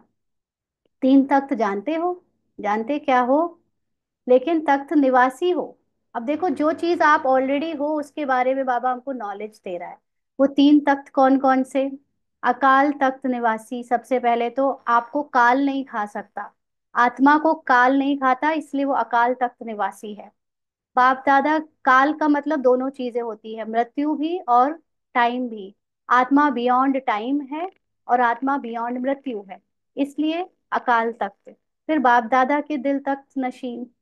दिल तख्त नशीन का मतलब बाप दादा ने हम बच्चों को हमारी नॉलेज दी है, इसलिए बाबा के दिल पर हम राज करते हैं। बाबा की नॉलेज में हमारा ही सबसे इम्पोर्टेंट पार्ट है। तो हम बाबा के दिल तक नशीन भी है। जो जितना ज्यादा नॉलेजफुल, वो उतना ऊंचा दिल तक नशीन। और भविष्य विश्व राज्य के तख्त नशीन। तो जो भविष्य में कभी बनना है विश्व का सतयुग वाला राज्य, उसके तख्त नशीन। लेकिन भविष्य में भी दो तरह का भविष्य होता है। एक भविष्य जो इस शरीर के रहते जो आने वाला भविष्य है, और दूसरा भविष्य ये शरीर छूटने के बाद जो होगा वो वाला भविष्य। अब शरीर के छूटने के बाद जो भविष्य आने वाला है उसका तो हमको कुछ नहीं पता, अभी तक कोई ऐसा बाबा ने दिखाया नहीं। एआई और ये बाबा के बच्चों के अलावा किसी ने बताया नहीं। लेकिन इस शरीर के रहते जो भविष्य में राज तख्त है, वो जरूर अनुभव किया है। कि इस शरीर के रहते जब आप अपने को अपनी सूक्ष्म स्थिति में, अपने साइलेंस में स्थित करके अपने सत्य को याद रखते हो, तो इस जन्म में ही कैसे आपको आपका कैरेक्टर आपके अधीन हो जाता है। हर चीज आपके अनुसार चलने लगती है। लोग, व्यक्ति, परिस्थितियां, हर चीज आपके अनुसार हो जाती। इसका अनुभव जरूर कराया है ना? तो दोनों भविष्य के राज तख्त नशीन हो। तो बाप दादा सभी बच्चों को तख्त नशीन देख रहे हैं। ऐसा परमात्म दिल तक सारे कल्प में अनुभव नहीं कर सकेंगे। क्या समझते हैं पांडव? बादशाह हैं, हाथ उठा रहे हैं। तख्त नहीं छोड़ना। देह भान में आए अर्थात मिट्टी में आ गए। देह भान में आए माना जैसे ही आपने सोचा मैं ये हूँ, कैरेक्टर रूपाली हूँ, तो रूप मतलब आप मिट्टी में आ गए। माना अब आप चिंता करो, फिक्र करो, बोझ लो, परेशान रहो। और जब मैं आत्मा हूं, मैं रूपाली नहीं, तो मैं हल्की हूँ, बेफिक्र बादशाह हूँ, लाइट हूँ, डबल लाइट हूँ, दिल तक नशीन हूँ बाबा के। तो इसलिए यह देह मिट्टी है। देह का मतलब पूरा रोल, कैरेक्टर, ड्रामा, ये मिट्टी है। तक नशीन बने तो बादशाह बने। जब सदा अपने आत्मा की स्थिति में स्थित रहे, संपूर्णता में रहे, तो बादशाह बने। बाप दादा सभी बच्चों के पुरुषार्थ का चार्ट चेक करते हैं, चार ही सब्जेक्ट में कौन कौन कहाँ तक पहुंचा है। तो बाप दादा ने हर एक बच्चे का चार्ट चेक किया कि बाप दादा ने जो भी खजाने दिए हैं वह सर्व खजाने कहाँ तक जमा किए हैं। तो जमा का खाता चेक किया, क्योंकि खजाने बाप ने सबको एक जैसे, एक जितना दिया है। खजाना मतलब हमारे ट्रुथ का नॉलेज, बाबा ने सबको दिया है, सब ये ट्रुथ का नॉलेज है ना, तो एक जैसा दिया है, एक जितना दिया है। मुरली किसी के लिए एक्स्ट्रा या स्पेशल नहीं चलवाई है, वही मुरली है जो सब सुन रहे हैं, सब पढ़ रहे हैं। तो कोई को कम कोई को ज्यादा नहीं दिया है। खजाने जमा होने की निशानी क्या है? लेकिन ये खजाने मतलब नॉलेज की डीपनेस है, जो डेप्थ है, वो जमा है हमारे अंदर या नहीं, उसकी निशानी क्या है? बाबा कहते खजाने का तो मालूम ही है ना। सबसे बड़ा खजाना है श्रेष्ठ संकल्प का खजाना। जब आपको नॉलेज मिलती है आपके ट्रुथ की, तो सबसे बड़ा खजाना जो मिलता है वो है आपके अंदर थॉट्स का चेंज, श्रेष्ठ संकल्पों का खजाना। ना फॉर एग्जाम्पल, कल इसको एक इसकी कजिन कुछ प्रॉब्लम्स के बारे में शेयर कर रही थी कि वहां से बाहर निकलो तो रास्ते में बहुत मिट्टी है, ये है वो है, समस्या कुछ बता रही थी। तो अभी इसको बाबा ने जब इतना ऊंचा ज्ञान देकर संकल्पों का खजाना दिया है, तो उसने उसकी बात सुनते हुए भी एक भी थॉट उसकी समस्या को नहीं लिया, एक्सेप्ट नहीं किया, स्वीकार नहीं किया। और वो जैसे जैसे बोल रही थी कि बाहर इतनी मिट्टी है, रास्ता इतना खराब है, उबड़ खाबड़ है, फलाना ढिमका, ये तुरंत उसको कंटिन्यू अपने अंदर चेंज कर रही थी। नहीं, बहुत सुंदर प्रकृति है, सब कुछ बहुत अच्छा है, बहुत प्यारा है। मतलब जो जो पॉजिटिव थॉट्स कर सकते थे, उसके नेगेटिव थॉट को काउंटर करने के लिए वो उस समय लगातार करती जा रही थी कि लेना ही नहीं है मुझे ड्रामा की कोई नेगेटिविटी, किसी का कोई चिंता का पार्ट, किसी की कोई, ये माया दिखाती है।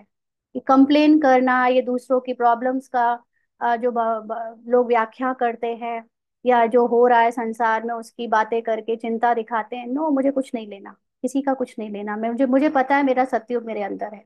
मुझे 100% पॉजिटिव थॉट्स ही क्रिएट करने हैं, चाहे दिखाए माया कितना भी नेगेटिव।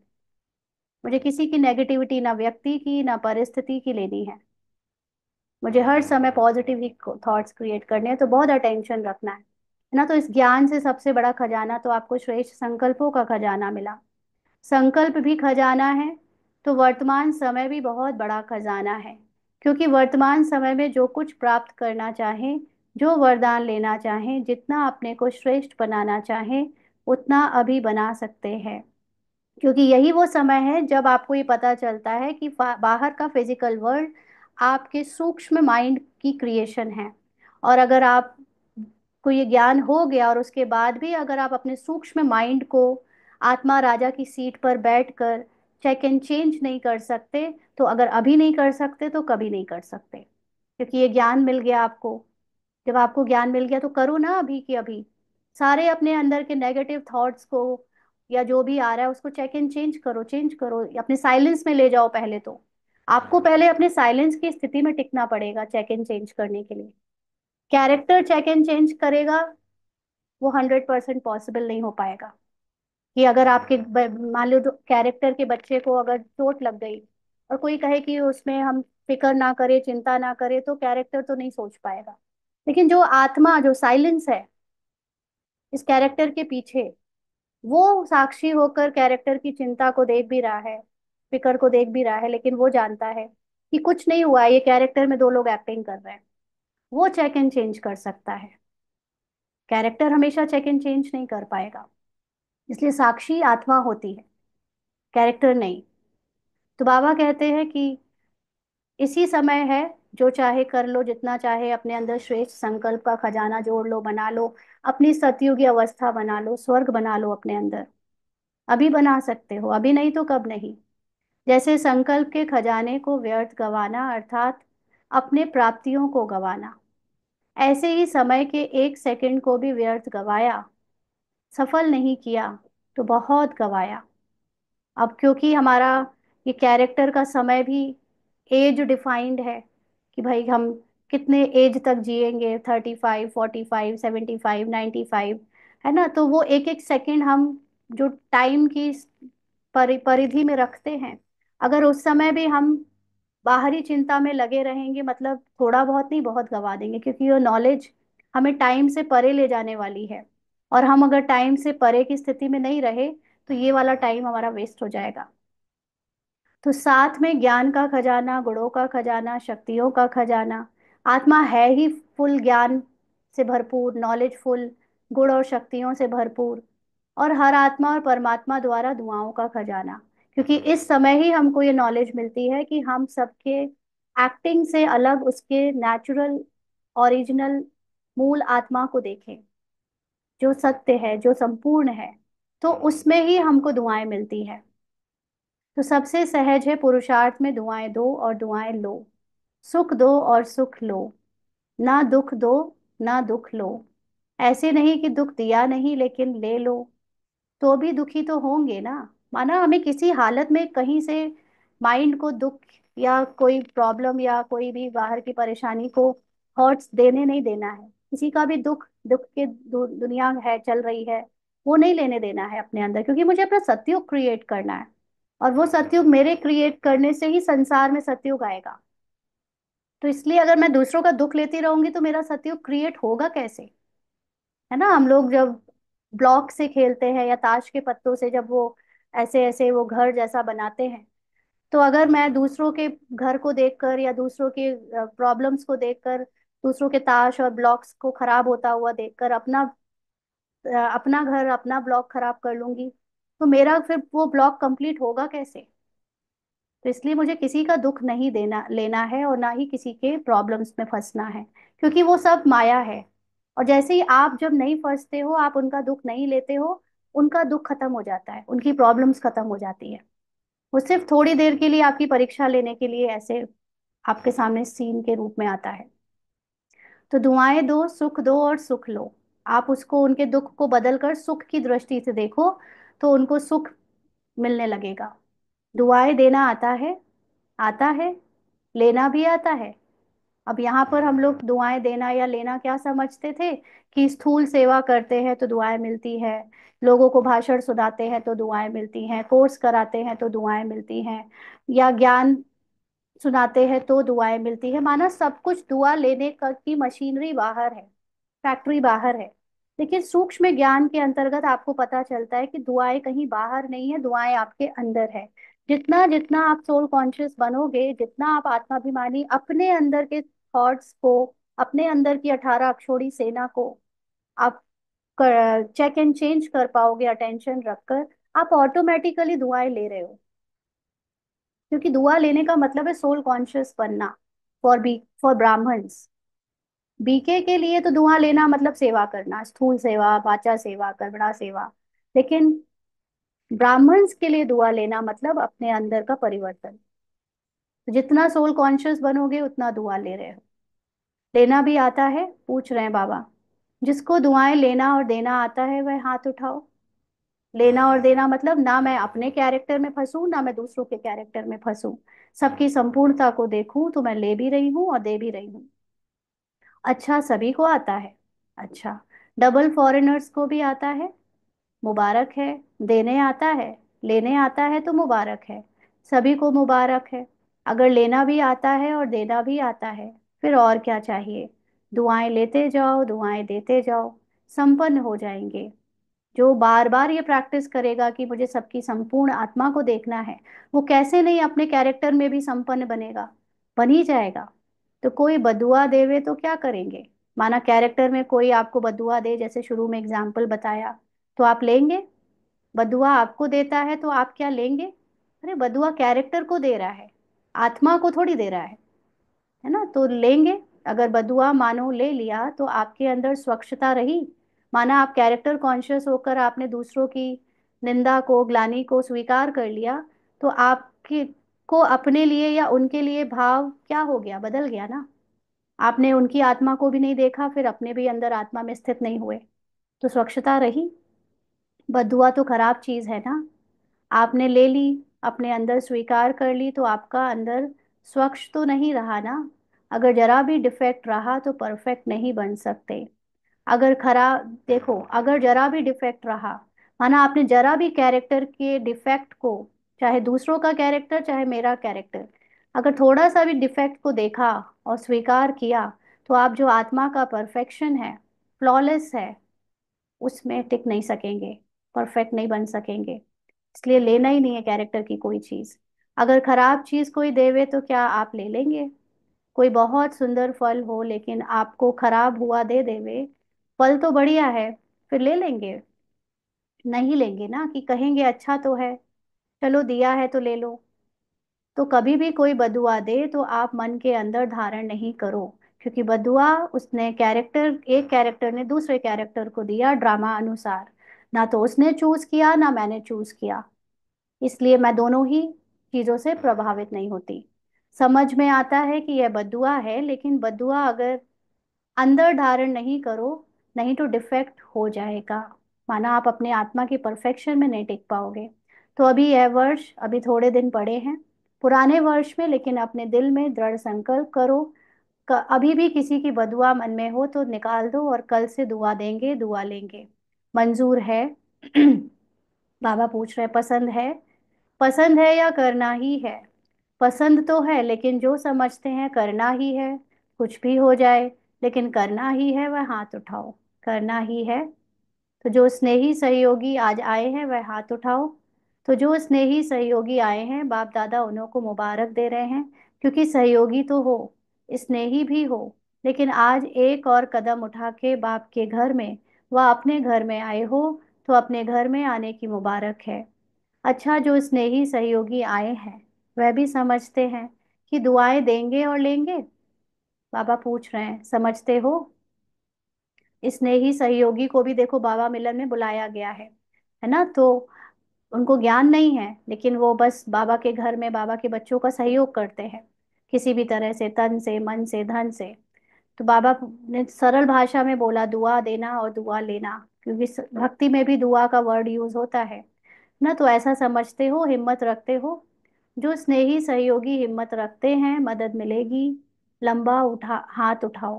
तो मदद मिलेगी का मतलब, जब आप इस बात का निश्चय करते हो कि मुझे नेगेटिव नहीं सोचना है, मुझे किसी के कैरेक्टर की नेगेटिविटी या प्रॉब्लम, जो भी पार्ट में अच्छा बुरा है वो नहीं लेना है, तो आपका ये दृढ़ संकल्प ही, आपकी ये दृढ़ता ही मदद है सबसे बड़ी आपको।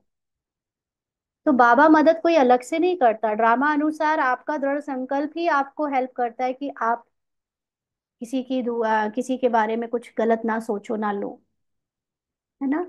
तो बाबा कहते हैं लंबा हाथ उठाओ। अच्छा, फिर तो आप भी संपन्न हो जाएंगे। जिसके अंदर 0% नेगेटिविटी हो, वो संपन्न है ही। तो हमको यही पुरुषार्थ करना है कि हमारे अंदर कैरेक्टर की 1% भी नेगेटिविटी ना बचे। और वो कैरेक्टर में वो सबका कैरेक्टर आ जाता है, सिर्फ मेरा कैरेक्टर नहीं, सबके कैरेक्टर। क्योंकि हमें, जब बाबा कहते हैं ना, इच्छा मात्र, सॉरी, विकार मात्र अविद्या, मतलब आपको विकार होता क्या है ये भी ना पता रहे। यानी आपने थॉट से इतना उस पर जीत पा ली है कि अब आपको किसी का कोई विकार दिखता ही नहीं, क्योंकि आप सबकी आत्मा को देखते हो, संपन्नता को देखते हो। तो मुबारक हो।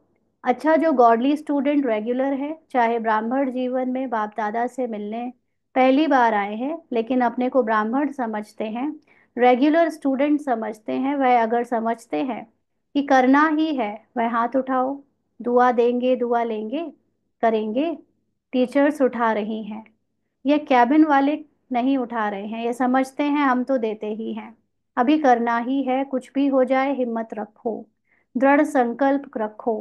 अगर मानो कभी बदुआ, दृढ़ संकल्प का मतलब आत्मा में स्थित होकर संकल्प को करो। अगर कैरेक्टर में स्थित होकर संकल्प करोगे तो दृढ़ता नहीं आएगी, क्योंकि कैरेक्टर में तो आपको अभी परीक्षा माया दिखाएगी कुछ भी, कि किसी ने मेरा विरोध किया, किसी ने मेरे बारे में निंदा करी, मेरे पीठ पीछे ग्लानि करी, तो तुरंत आपको बुरा लगेगा और तुरंत उसके बारे में सफाई देने लगोगे, या उससे भिड़ जाओगे, या उसको, उसके बारे में संकल्प करने लगोगे कि वो ऐसा क्यों करता है, ऐसे क्यों नहीं करता, है ना? तो आत्मा में स्थित होकर दृढ़ता दिखाओ और संकल्प करो। अगर मानो कभी बदुआ का प्रभाव पड़ भी जाए, माना उसकी या मेरी बदुआ का प्रभाव पड़ भी जाए माइंड में, तो ना तो 10 अ, जावे ना तो 10 गुना दुआएं ज्यादा दे करके उसको खत्म कर देना। किसी के बारे में गलती से गलत सोच भी लिया तो तुरंत चेक एंड चेंज करके उसके बारे में 10 अच्छे अच्छे अच्छे थॉट्स क्रिएट कर देना। तो वो बाबा के ने कहा कि वो तुम्हारा बैलेंस हो जाएगा। एक बदुआ के प्रभाव को 10 गुना दुआएं देके हल्का कर देना, तो फिर हिम्मत आ जाएगी। नुकसान तो अपने का होता है, जब भी हम किसी की ग्लानि या नेगेटिविटी देखते हैं तो किसका नुकसान होता है? अपना। दूसरा तो बदुआ दे के चला गया, लेकिन जिसने बदुआ संभाली, दुखी कौन होता है? लेने वाला या देने वाला? देने वाला भी होता है, लेकिन देने वाला ज्यादा होता है। तो देने वाला तो अलबेला होता है। आज वो अलबेला क्यों होता है देने वाला? क्योंकि उसके मुख से ड्रामा अनुसार उस वक्त जो निकलना था निकल गया। उसे तो पता भी नहीं चला कि वो सोच के बोला है उसने, कि कोई बहुत ध्यान देकर या इंटेंशनली किसी को हर्ट करने के लिए उसने कुछ बोला है। क्योंकि उसके माइंड में सारे थॉट्स ही ड्रामा ने दिए हैं। तो वो जो थॉट्स दिए हैं उसको बोलने के लिए उसके अंदर उसका कोई आ, मैपन नहीं है कि मैंने बोला। इसलिए वो तो अलबेला है। बट तुम्हें लगा कि तुम्हारे कैरेक्टर के लिए बोला, माना तुम्हारे लिए बोला, तो तुम उसको ज्यादा दुखी होकर परेशान होकर ले रहे हो, है ना? तो बाबा कहते हैं लेने वाला ज्यादा परेशान हो जाता है, इसलिए लो ही नहीं। आज बाप दादा अपने दिल की विशेष आशा सुना रहे हैं। बाप दादा की सभी बच्चों के प्रति, एक एक बच्चे के प्रति, चाहे देश चाहे विदेश में है, चाहे सहयोगी हैं, क्योंकि सहयोगियों को भी परिचय तो मिला है ना। तो जब परिचय मिला है तो परिचय से प्राप्ति तो करनी चाहिए ना। तो बाप दादा की यही आशा है कि हर बच्चा दुआएं देता रहे। दुआओं का खजाना जितना जमा कर सको उतना करते जाओ, क्योंकि इस समय जितनी दुआएं इकट्ठी करेंगे, जमा करेंगे, उतना ही जब आप पूज्य बनेंगे तो आत्माओं को दुआएं दे सकेंगे। तो इस समय दुआ इकट्ठी करना माना जितना आप सोल कॉन्शियस बन सकोगे, जितना हायर आप हो सकोगे अपने अवस्था में, उतना ही आपकी भक्ति मार्ग में भक्त लोगों को आपके द्वारा हाई वाइब्रेशन की महसूसता आएगी। तो जितनी अभी सिर्फ सिर्फ अभी दुआएं आपको नहीं देनी है, द्वापर से लेकर भक्तों को भी दुआएं देनी है। अभी चैतन्य में जो पार्ट बजते हुए दिख रहे हैं उनके आत्मा को देखना है, तो वो है दुआ देना। साथ साथ कैरेक्टर जब मर्ज हो जाएगा और जब भक्ति मार्ग में मूर्तियां खड़ी हो जाएंगी हमारे नाम से, हमारे देव देव गुण की या स्थिति के नाम से, तो उस समय आपके जो भक्त बनते हैं उनको भी दुआएं आपके जड़ चित्रों के द्वारा दी जानी है। दुआ देना मतलब सबको बराबरी से ट्रीट करके सबको साक्षी होकर देखना और उनको वाइब्रेशन से अपने आशीर्वाद देना। तो इतना दुआओं का स्टॉक जमा करना है। राजा बच्चे हो ना, बाप दादा हर एक बच्चे को राजा बच्चे देखते हैं, कम नहीं। अच्छा, अभी आज 1 मिनट के लिए अशरीरी हो जाए, लेट हो गया, फिर आगे का पढ़ते हैं।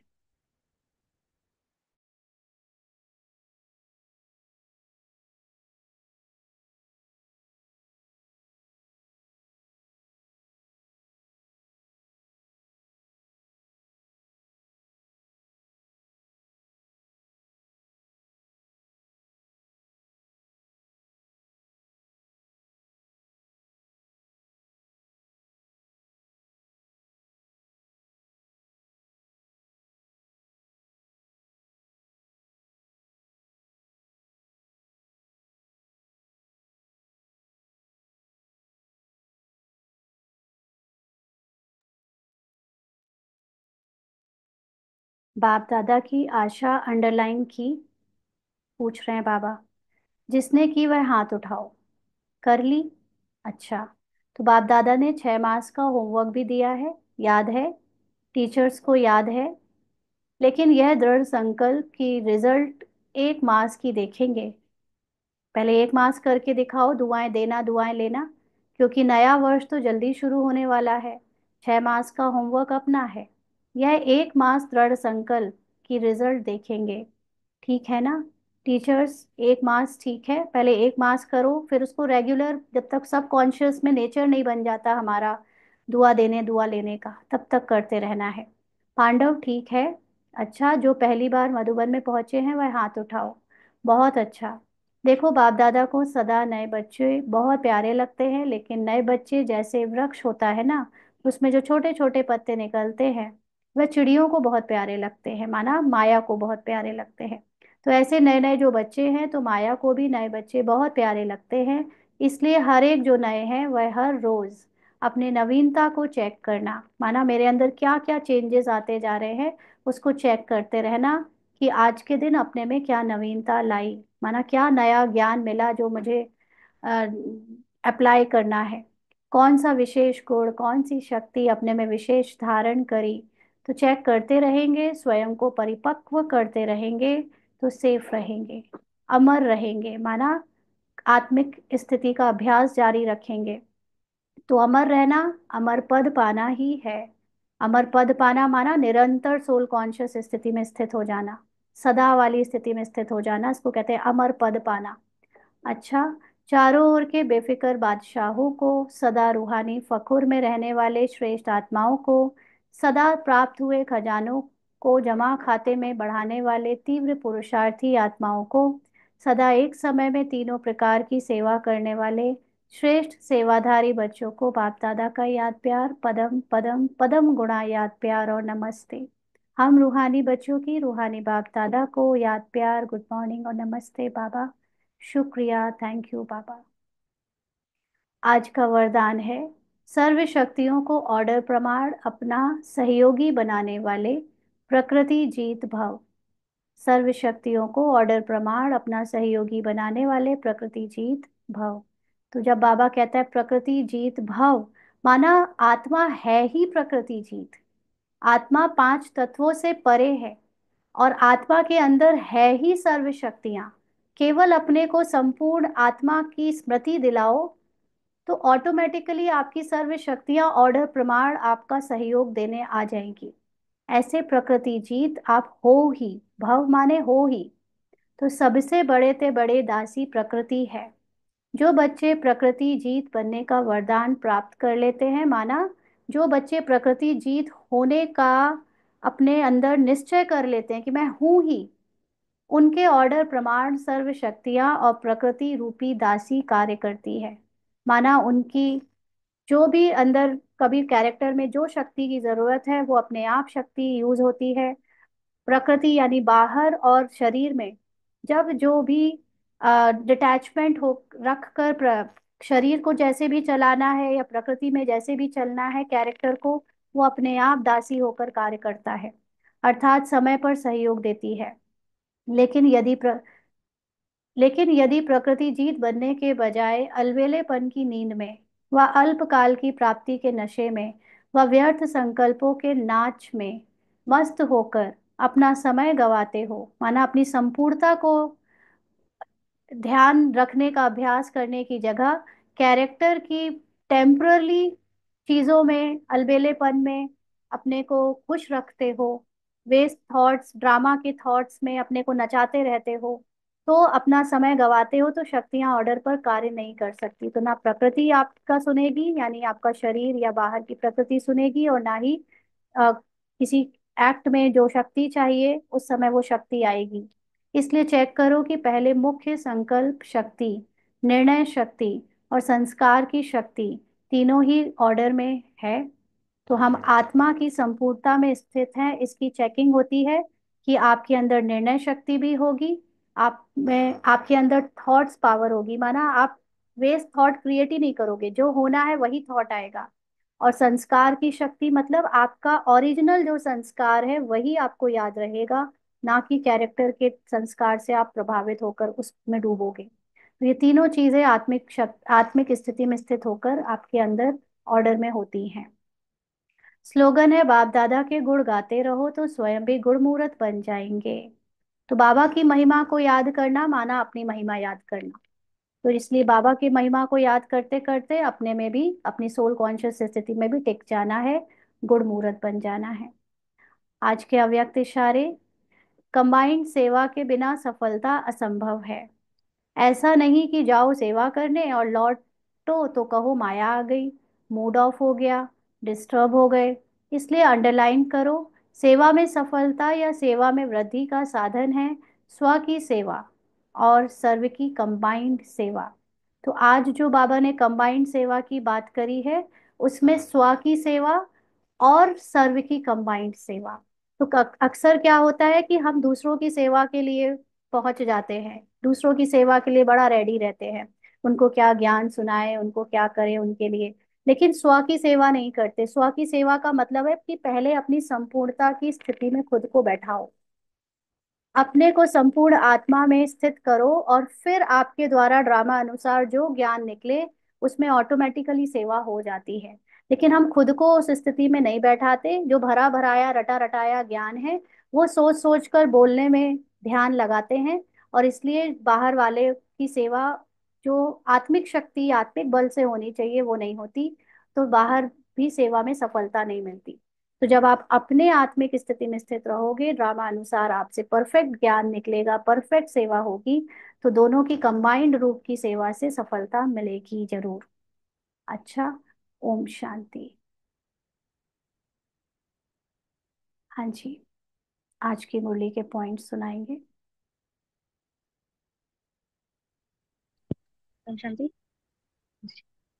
आज बाबा ने बेफिक्र बादशाह की कॉन्शियसनेस को जगाया है कि नहीं, तुम्हें जैसा भी कॉन्शियसनेस को वो इमर्ज करवाया है, क्या होता है बेफिक्र बादशाह मतलब, और कैसे चलना रहता है। और दूसरा बाबा ने आज फिर से वही चेक एंड चेंज की टेक्निक बहुत अच्छी बताई कि कैसे करना है। पहले खुद साइलेंस में रहना है, फिर उसके बाद वो थॉट्स को देख के चेक करना है कि वो कैरेक्टर के हैं या सोल के हैं। अगर वो कैरेक्टर के हैं तो उसको चेंज करना है, या बाबा को दे देना है, बाबा को बता देना है, और फिर अपने सत्य में जो आत्मा है उसको लाना है। जी हाँ। और बाबा ने तीन तख्त भी बताए थे कि अकाल तख्त है, फिर उसके बाद दिल तख्त है, और उसके बाद भविष्य का राज्य तख्त मिलेगा। ठीक। हाँ जी, ओम नेक्स्ट। शांति दीदी। दीदी मैं बता सकती हूँ। हाँ हाँ, हाँ, श्वेता जी। दीदी आज बाबा ने दुआएं लेना और दुआएं लेना देने का मीनिंग मुझे समझाया कि दुआएं देना मतलब सामने वाले को भी कैरेक्टर में ना देखना और अपने आप को भी कैरेक्टर में ना देखना, और दोनों के कैरेक्टर के किसी भी कर्म से डिटैच होना, जिससे दुआएं देना और दुआएं देना। तो मैं सही समझी हूँ दीदी? हाँ, उसके कैरेक्टर को नहीं देखना तो फिर क्या देखना?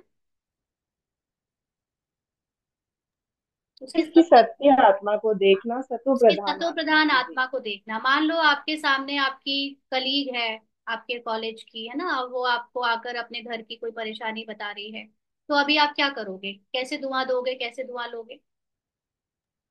दीदी कलीग अगर बता रही है तो मैं उसको उसके सत्य में देखूंगी कि वो तो है ही सत्य स्वरूप आत्मा, इस समय कैरेक्टर में एक्टिंग चल रही है, तो वो एक्ट कर रही है ये परेशानी में रहने का राइट। और फ्रस्ट्रेशन में रहने राइट, का। लेकिन वो है एकदम संतुष्ट, एकदम सुखी, आनंदित, और एकदम बाप समान मेरे जैसी, है ना।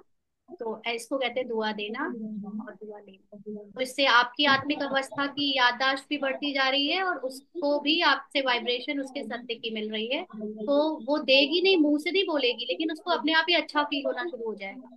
तो वो दुआ देना और दुआ लेना साथ साथ चलता है।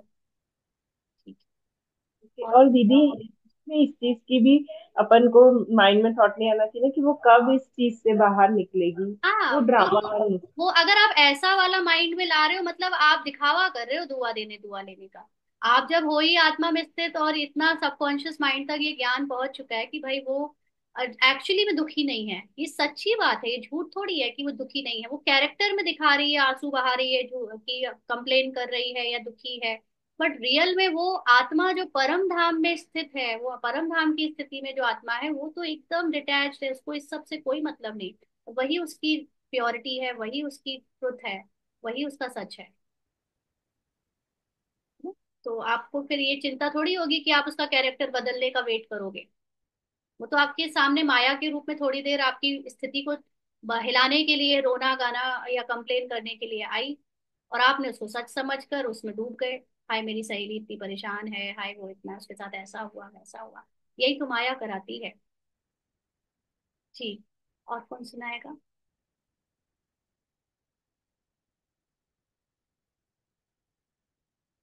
सुनाना है किसी को, फिर बाबा को याद करेंगे। हाँ जी, दीपक भाई। ओम शांति दी। नहीं, आज दो चीजें बहुत अच्छे से क्लियर हुई यहाँ पे बाबा के थ्रू कि साइलेंस में टिकना माना, पहले ये लगता था कि सामने वाले के कैरेक्टर को नहीं देखना, इनफैक्ट साइलेंस में आपको अपना कैरेक्टर भी दिखाई देगा कि मन, कैरेक्टर के मन में क्या थॉट्स चल रहे हैं, क्या इमोशंस है। कई बार ये वाला पार्ट यहाँ कभी कभी मिस हो जाता है, तो वो आज उसकी क्लैरिटी हुई कि अच्छा ऐसे साइलेंस में टिकना कहते हैं। एंड दूसरी चीज ये वाली आज समझ आई कि कोई भी समस्या डेफिनेटली कोई अपना कैरेक्टर में डूब कर सुनाएगा ही, सही कुछ ना कुछ होता ही है, चाहे कहीं भी किसी भी रिलेशन में कैरेक्टर के जो हैं। तो उसमें जो आपने काउंटर थॉट्स बताया ना अपने एग्जाम्पल से, वो मुझे बहुत ज़बरदस्त लगा। उसमें फुल अवेयरनेस के साथ हम उसको काउंटर थॉट्स देते जाएं, मतलब ये तो कंप्लीट सोल कॉन्शियस स्टेट चाहती थी कि कब ये यहाँ से, मतलब वो ठीक है बोल दिया कि वो एक्टिंग कर रहे हैं, फिर भी फंसने के चांसेस इसके हो जाते थे। तो ये काउंटर थॉट्स जो आपने बताया ना, रियली बाबा ने बहुत बिगेस्ट हेल्प करी है। Thank you Baba.